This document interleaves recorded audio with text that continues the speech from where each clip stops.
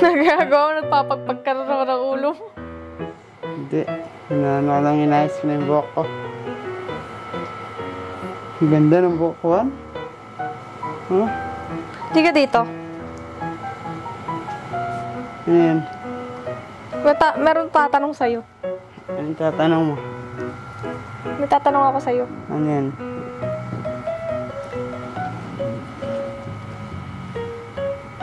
Ah, Kasi, di ba? Kahapon, nagsimba tayo. Tapos sabi mo sa akin, nag-pray ka para sa baby.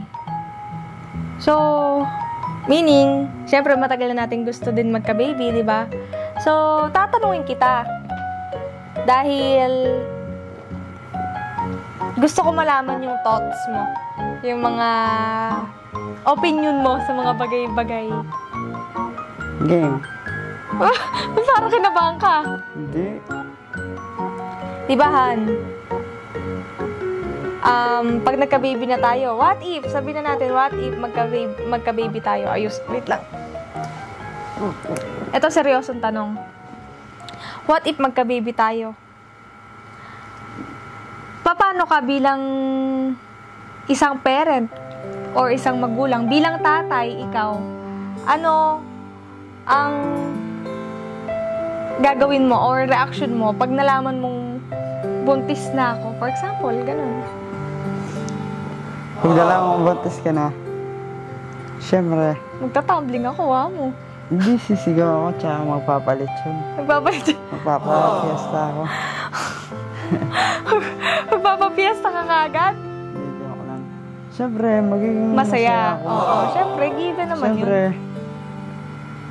first, di ba? First Mm-mm. baby. And syempre, siguro ako na yung lalaking masayang-masaya. Pinakamasayang tao sa buong mundo kapag nangyari yun. Syempre, gusto ko pag nagka-baby tayo, palagi tayong magpapa-check up. Palagi Pero, sumasama sa check up. since hindi pa siya binibigay sa atin, yung hinihiling natin, hindi pa binibigay sa atin, meron akong mga questions na parang gusto ko lang malaman.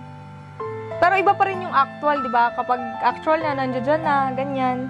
Iba pa rin yung sasabihin mo sa magiging kilos mo kapag nandiyan na yung baby. So, meron akong, meron akong gustong malaman. Ano yan? For example, nagka-baby tayo. And, syempre, ang anak mo lumalaki na, ganyan. 1 out of 100%, gaano ka magiging kahigpit or ka-stricto sa kanila?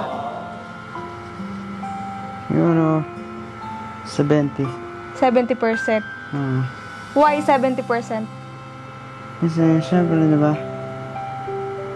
Yung 70, gusto ko lang naman sila, yung di ko naman sila masyadong pagbabawalan. Kung ano yung mga gagawin nila in the future. Basta, gusto ko lang maging sila, mag-aaral sila ng mabuti. At, syempre, gusto ko makatapos din sila kasi tayo. Hindi tayo nakapagtapos. Hindi tayo nakapagtapos. Gusto ko yung magiging anak natin makapagtapos, di ba? Magkaroon ng magandang edukasyon. Kumbaga, kung tayo din natin natapos, siya yung tatapos, di ba? Ako naman, yung pagiging stricto ko sa pagiging maluwag ko, someday, kung magkakaanak tayo, is nasa half, 50-50. Siguro, nakadepende sa sitwasyon, kung kailangan bang maging mahigpit, or if pwede naman pagbigyan, why not, diba? Ganun ako siguro kasi, syempre, babalanse tayo, titimbangin natin, if ever na, ayoko rin kasing masanay na parang, kung meron silang gustong hingin, yung makuha nila agad, ayoko rin silang sanayin sa, gusto ko rin mag-set ng limitations, mag-set ng boundaries sa kanila na pag sinabi mong no, pag sinabi mong hindi pwede, hindi talaga pwede. Kasi for example, ikaw, yung anak mo, may gustong hingin. For example, yung anak natin may gustong hingin sa'yo. And then, may ginagawa ka. Since may ginagawa ka, ayaw mong maistorbo, ibibigay mo kung ano yung gusto ng anak mo dahil lang iniyakan ka. So, tatatak sa isip niya habang lumalaki siya na, ay, kaya ko palang makuha yung gusto ko, iiyak lang ako. So, tatatak sa isip niya habang lumalaki siya na, iiyakan ka lang niya, tapos bibigay mo na yung gusto niya. Hindi pwede yung ganun. Gusto ko, pag sinabi natin hindi pwede, hindi talaga pupwede.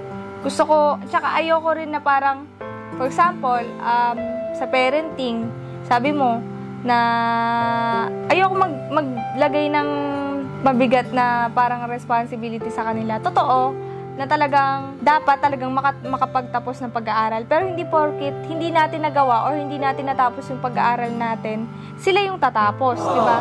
Dapat hindi ganun yung maging mindset natin para sa akin. Kasi ang pag-aaral is responsibilidad ng magulang na gawin, di ba, para sa anak. Oo. Ang sayang lang kasi, gusto ko siya makapagtapos. Ayoko siyang magaya sa akin na nung nag-aaral ako hanggang grade 7 lang ako nainto. Gusto ko pag nag-aral yung anak natin, maging anak natin, is dire-diretso. Kumbaga, pag-aaralin natin siya hanggang makatapos siya. Oo. Ayoko kasing maging kagaya ko siya na pag hindi ka nakapagtapos, lalaitin ka ng ibang tao, sasabihan ka ng walang pinag-aralan, di ba? So, masakit yun, di ba? Para sa'yo, so, gusto ko, pag nagka-baby tayo, pag nagka-anak tayo, hindi niya maranasan yung ganong pambubuli or racism. Racist, di ba? Oo. Gusto ko, maging matatag siya. Gusto ko, maging matalino siya. Balang mag-aral araw, siyang mabuti. Pag dumating na siya dun sa point na nakapagtapos na siya, doon, hayaan na natin siya. Kung ano yung mga gusto niyang gawin. Oo. Basta para ang sa atin, makapagtapos siya ng pag-aaral. Mabigyan natin ng magandang education, di ba? Eto, Hana, tatanong ko sa'yo. Kasi, especially tayong dalawa, kapag nagka-baby na tayo, automatic ang anak ko, Aita, di ba? What if, paano mo i-handle itong mga gantong bagay? What if, merong kaklase ang anak mo o merong kaklase ang anak natin na racist, ganyan, na nakikihalubilo siya sa mga iba't ibang estudyante, iba't ibang mga bata, and then nabully siya. Tapos pinatawag tayo sa school. Paano ka magre-react dun sa sitwasyon na yun? Magagalit ka ba na nabubully yung anak mo or anong mararamdaman mo dun sa ganong point? Since siguro, ikaw, di ba, madalas, sabi mo sa akin na madalas kang nadidiscriminate, ganyan. So, kung mangyari sa anak mo yun, what would you do? Siguro, di ako magagalit. Pagsasabihan ko yung magulang ng bata. Oo, yung magulang talaga hindi dapat tama. Hindi yung bata. Kasi, siya nagpalaki din sa bata, di ba? Dapat, turuan niya ng good moral. Huwag niyong turuang maging racist. Huwag niyong turuang maging barambadong bata. Turuan niyang mapalagay niyang tama, di ba? Yung marunong makipagkapwa-tao, di ba? Hindi naman kasi maraming hindi maiwasan di ba yung mga ganong bagay? Dati nung nag-aaral ako, maraming din ganyan. Binubuli-buli ako. Pero dahil siyempre, ako, kumaga parang fighter. Inano ko na lang, kumaga nilabanan ko na lang yung pangalan nila. Ginawa ko. Hindi ko sila pinapansin. Nagpatuloy ako sa ginagawa ko. Siguro, hanggang isang araw, di ako pumasok sa eskwela namin kasi may nang bubuli sa akin. May inaabangan nila sa kanto, ganun. Ginagawa ko na lang, nakikipagbarkada ako sa mga yung mga malalakas. Ganun. Ako naman, if ganun yung mangyari, someday, siguro kung ako nasa sitwasyon mo, ganun din gagawin ko, kakausapin ko yung magulang ng maayos, diba, na para walang maging problema. Kumbaga, disiplinahin o turuan yung anak niya na rumespeto, ganyan. And ako, bilang nanay, tuturuan ko yung anak ko, yung magiging anak ko, kung paano ipagtanggol yung sarili niya. Kasi hindi mo masasabi kung ilang tao ang darating sa buhay niya na i-discriminate siya. i-discriminate siya. So, for example, ngayong nag-aaral na siya, nangyari yan. Tapos, sa second grade niya, nangyari uli yan. So, gusto ko matuto siya kung paano niya i-handle yung mga ganong bagay. Ako mismo magtuturo sa kanya kung paano ipagtanggol ang sarili sa tamang paraan. Hindi para makipag-away or makipagbardagulan sa mga klase. Ayokong lumaki din yung magiging anak natin na palaaway, di ba? Barumbado, basagulero. Gusto ko lumaki siyang, alam mo yun na, may tao. Ito kasi, wait lang, pakinig ka muna sa akin. Ito kasi, 'di ba? Sabi nila, walang mambubuli kung walang nagpapabuli. Yung anak natin, gusto ko kahit anong inis sa kanya or pikon sa kanya, siya yung taong hindi maaapektuhan. Siya yung tao na hindi mabubuli. Ganun yung gusto kong itatak sa isip niya na, kung inisin ka na ganito, na ganyan. So, dapat maging proud tayo. Maging proud ka na isa kang Aita, di ba? Tuturuan ko siya ng mga tamang na parang maging strong yung kanyang kalooban, yung kanyang isip at puso para walang makakapambuli sa kanya. Kahit na sin. Yun yung sa akin. Sige, ikaw tuloy mo sa'yo. Lumaki siyang meron takot sa Diyos. Siyempre, may takot din sa atin. Para hindi yung takot na takot Hindi naman natin siya parang i-treat na parang iti-threat na parang lagi may takot sa atin, di ba? Galit sa kanya. No, parang, siyempre, kumbaga parang tuturuan lang natin siya kung tama. Di ba? Huwag natin siyang turuan maging mali, maging masama. So, yun yung sabi. Eto pa. Siyempre, kapag nagkaanak ka ng babae, hindi may iwasan. Siyempre, tatanda din tayo, di ba? Lalaki yan. Magiging adolescent. Dadaan sa stage na magiging teenager. Siyempre, hindi may iwasan kapag babae. May manliligaw at may manliligaw dyan. Bilang isang magulang, bilang isang parent, ano gagawin mo kapag may nanligaw sa anak mo? Ikaw muna. Ako? Kasi ako, siyempre ako panganay ako, diba? Sinabi ko sa inyo. So, medyo lumaki talaga ako sa strict na family kasi kailangan maging good example ako sa mga kapatid ko, diba?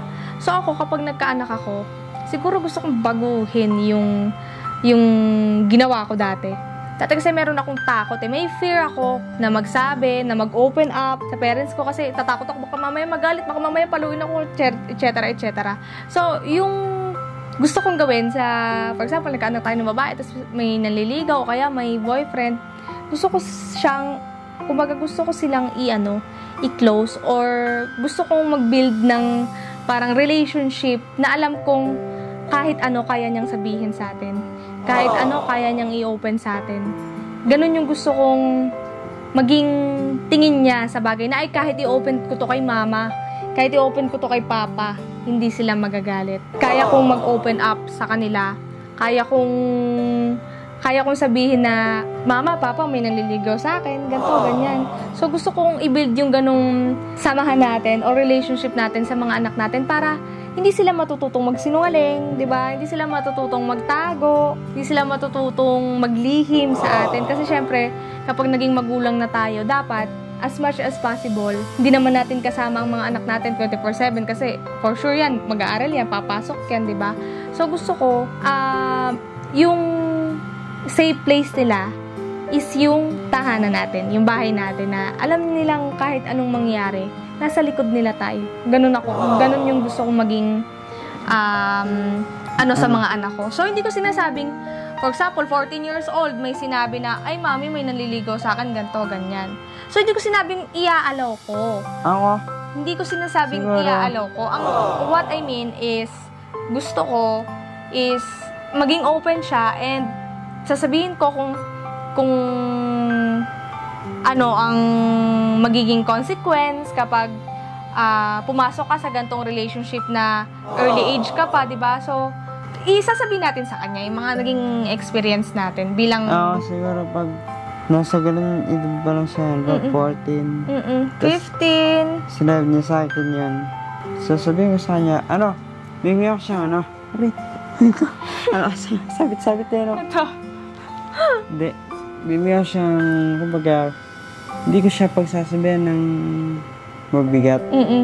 Kumbaga, parang, iano lang siya. Na hindi pa tama. Oo. Huwag ka muna pumasok sa ganyang relasyon kasi bata ka pa. Gusto ko matapos ka muna ng pag-aaral. Kasi once na pumasok ka sa isang relasyon, di mo na mababago. Di ka na, nandiyan ka na. Di mo na matatakasan. Hindi mo kasi masasabi na magbo-boyfriend ka after pa ng pag-aaral mo kasi syempre dadaan sa high school, sa college yan. Siguro sa niya after siguro 18, ganun pwede ka na Oo, mga ganong age. Boyfriend. Pero, basta alam natin, di ba yung mga ganon. Pero sa ngayon, ka pa lang nasa 14, siguro mag-aaral ka muna. Pag nakarating ka na 18, doon. Dalhin mo dito. Magtuos kami, charot lang. Magtuos kami ng Dalhin mo dito. Pag lalaman sa amin, huwag kang lalabasan mo ng ng espada, ng itak. Huwag kang matakot na ipakilala sa amin kung sino man yung nanliligaw sa'yo. Ganun. How would you react naman kapag lalaki? Tapos may girlfriend and then sasabihin sa'yo, Mami, o kaya Mama, Papa, doon lang kami sa kwarto ko Siyempre, alam mo na yung mga nagagawin nila. Paano mo yan? Ako parang sumasakit Siguro, agad yung ulo ko na Siguro, pag doon pa lang sila sa kwarto, alam mo na yung gagawin niya nun. Ano ang gagawin mo? Pagbabawalan mo ba? Pagsasabihan mo? Hindi pagbabawalan. Bakit hindi mo pagbabawalan? Bakit? Ako, pagbabawalan ko. Lalo na kapag, wait lang, makinig ka sa akin. Bakit hindi mo diba? For example, diba, sabihin na natin na hindi mo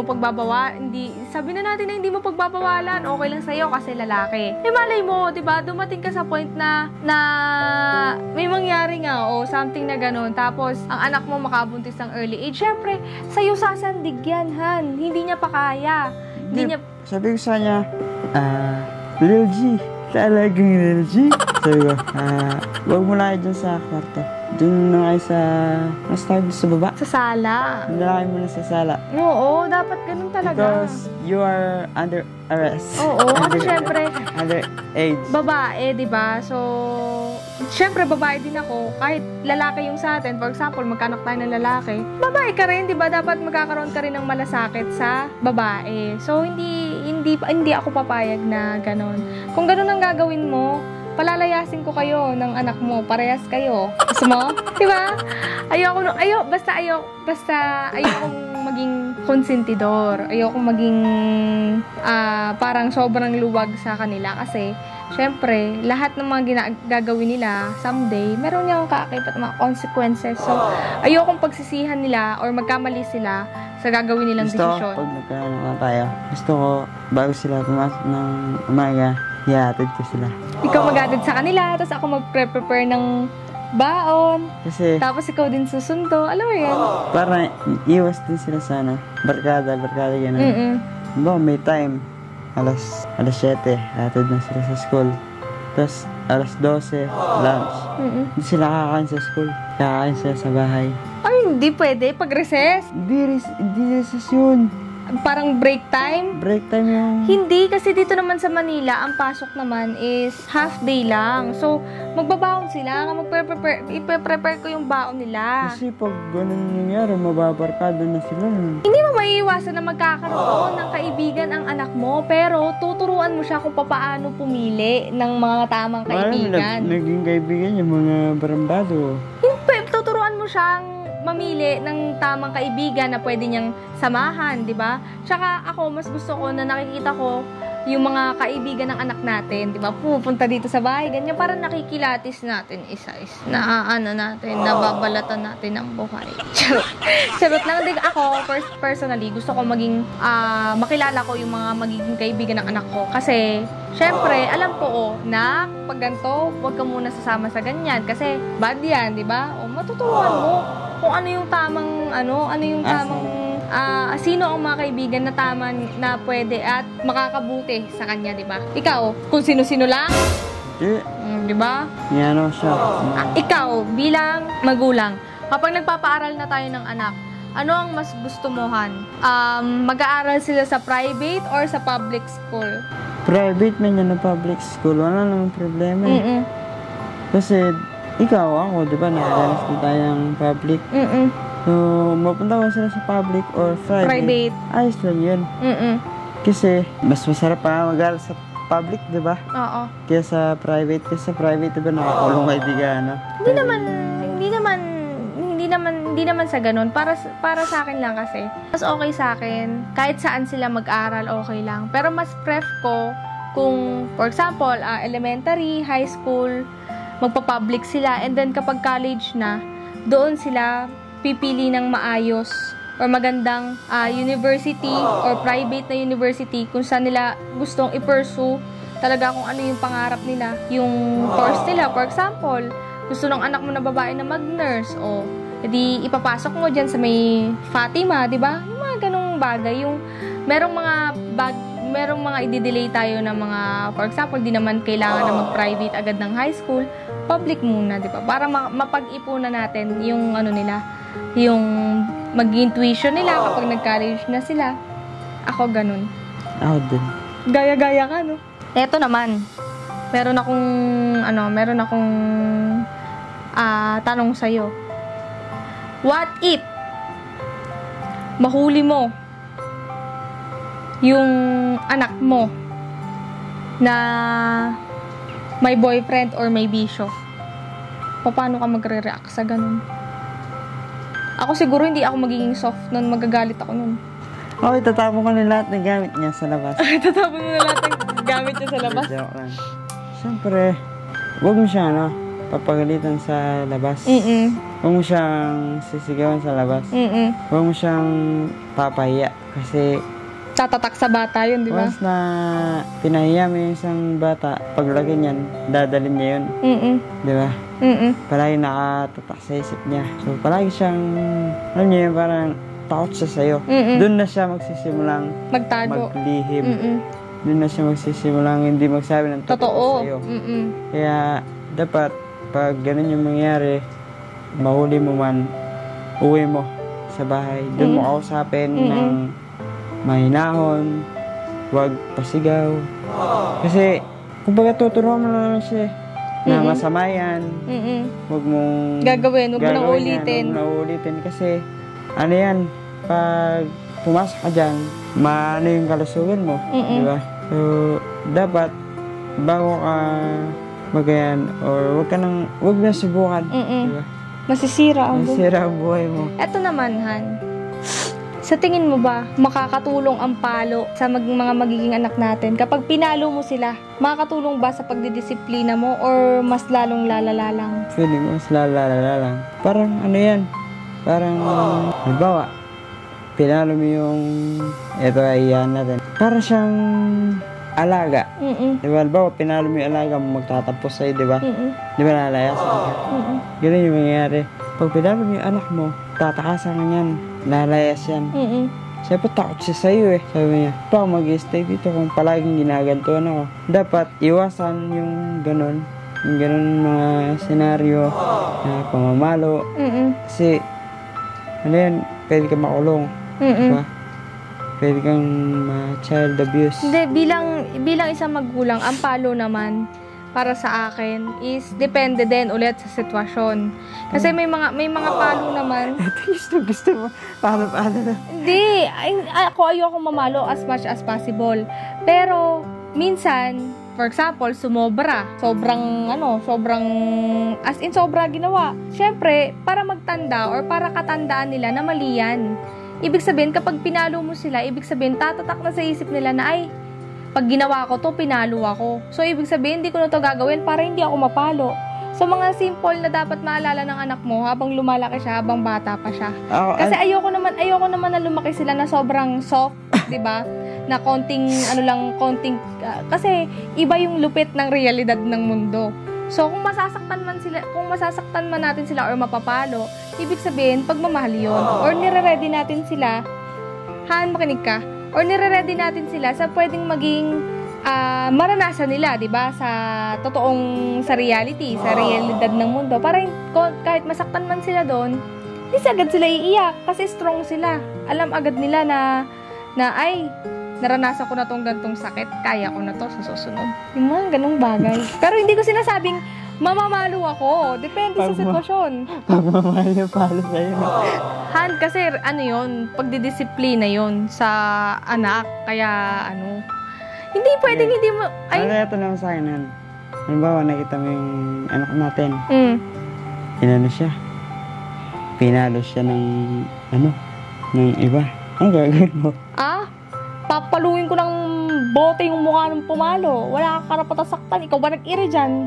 Sasabihin ko, ano karapatan mo saktan ng anak ko? Ikaw ba nagpakain dyan? Kapag nakita mong sinaktan ng anak mo ng ibang tao, syempre magagalit ka. Parang tiger, di ba? Pag kinuha mo yung anak niya, habulin niya. Ganun yun eh. Yeah.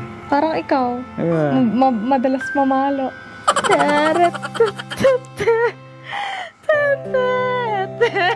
Ano pa yung tatanong mo? Ito naman, ang tanong ko sa'yo. Ano ang... Wait lang, nandito na sa dila ako. Hugutin mo nga, be. Yun ako ba? Ito, ano ang mga pangarap mo para sa future na magiging anak natin? I believe. Hindi. Pangarap ko, syempre, kung ano yung gusto niya. Yun ang mangyari. Kung ano yung pangarap niya, yun yung ano niya. I-pursue. Sundin niya. Kasi hindi naman ikaw yung magdidikta. Hindi naman ikaw yung mag-i-stamp ng pangarap ng isang bata or isang tao, di ba? Yeah, dapat, you're right. Hayaan mo siya kung ano yung gusto niya. Ba, gusto niya maging police, gusto niya maging doktor, gusto niya maging pilot. Hayaan mo siya. Kasi siya yung gagawa ng future niya. Feeling, parang nararamdaman niya na feeling niya, ito yung ko. Dito yung, parang dito ako masaya. Ito yung pangarap ko. Pangarap ko maging tambay. So, dito ako maging masaya sa tambay? Siyempre hindi. Di natin na yan yung maging anak natin na maging tambay siya. Siyempre, maging, alam mo yan, ibibigay na sa kanya lahat. Pag-aaral siya. Basta, pagpatuloy niya yung pag-aaral niya hanggat maabot niya yung gusto niya. Ako naman, ang gusto ko naman sa magiging baby natin is, syempre, unang-una maging malusog, diba? Maging healthy, walang maging problema, diba? Walang maging normal lahat, diba?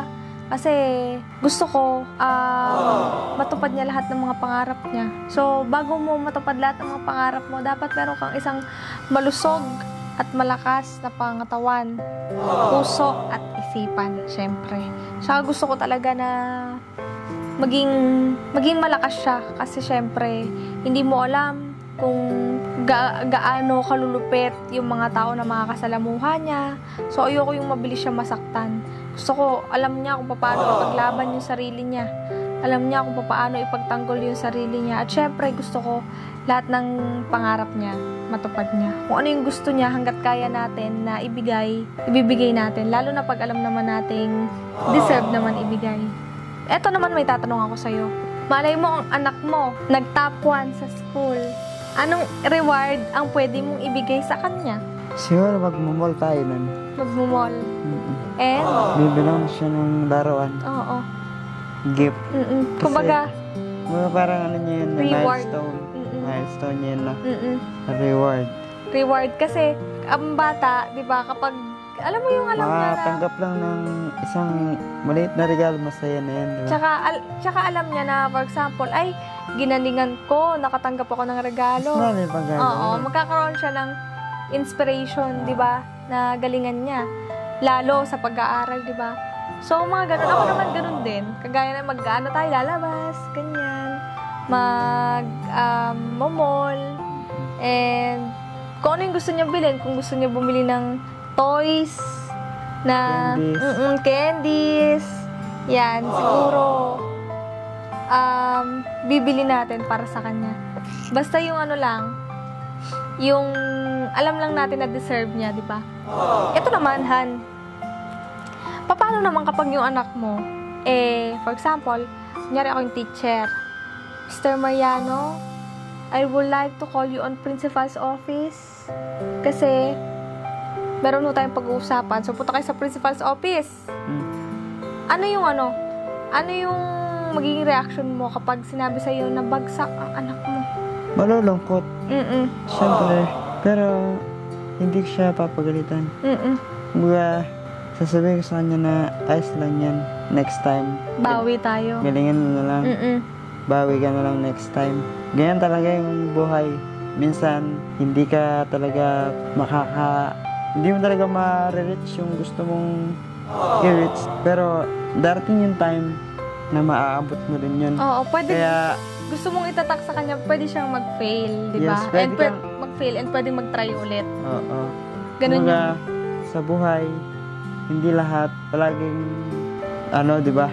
Palaging tumataas yung score. Mm-mm. Hindi lahat bumababa. Meron din mataas, meron mababa. Ganyan talaga yung buhay. Mm-mm. Kaya, bawi ka next time. Galingan mo na lang next time. And pagbutihin mo yung pag-aaral mo. Eto, last na. Para sa ating dalawa. Ano yung mapapangako natin sa magiging anak natin someday? Ako, mapapangako sa anak natin na magsisipag ako para sa kanya. Mm-mm.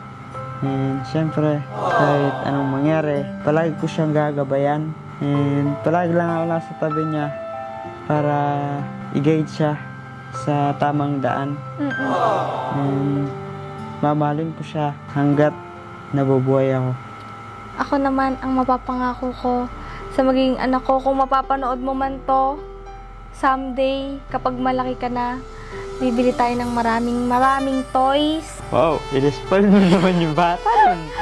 Ng maraming toys para mag-e-enjoy ka. Tapos, kakain tayo sa mga masasarap na kainan na gusto mo. Tapos, bibili kita ng mga dress para matchy-matchy tayo. Match tayong dalawa. Tapos, seryoso na. Ito lang yung mga gusto kong gawin. Na, kagaya sinabi niya, lalo pa namin sisipagan sa pagtatrabaho para sa magiging anak namin. Lahat ng may bibigay namin, lahat ng kaya namin ibigay bilang isang magulang para sa'yo, ibibigay namin dalawa nang walang pag-aalinlangan. Kahit walang matira sa amin, basta mairaos kayo bilang isang magulang, responsibilidad namin na bigyan kayo ng magandang buhay, ng magandang edukasyon. At syempre, mamahalin namin kayo forever and ever. And lilinisin natin yung mga pupo nyo kapag nandiyan na kayo, kapag tumae kayo. Ganun. Si papa nyo yung papa nyo yung gaganyan, tapos magpupunas ng bulak sa pet ng baby. Tapos bibili tayo ng maraming pampers, ng milk. Ayun. Mamahalin namin kayo forever and ever. Do you wanna